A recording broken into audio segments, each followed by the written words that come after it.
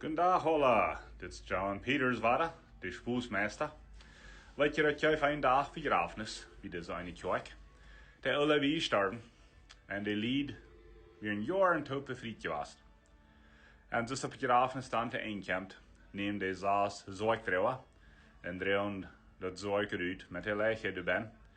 En zijn ze meisje te der bieten, en dan jette der een hostig toe, stuks aan dat zorg non, en du met wijk de dood eind op. En dan leeft hij nog helemaal 10 jaar. En storf waren. En dan jacht het vader Begravnis. En zo is de Begravnis meest te eenkampt, en het te eng is, neem de zaas zorg dreeuwen, en vangen dat zorg onderuit te dreeuwen.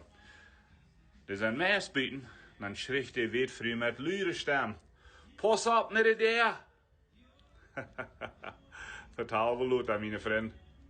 Blijf levendig, blijf moedig.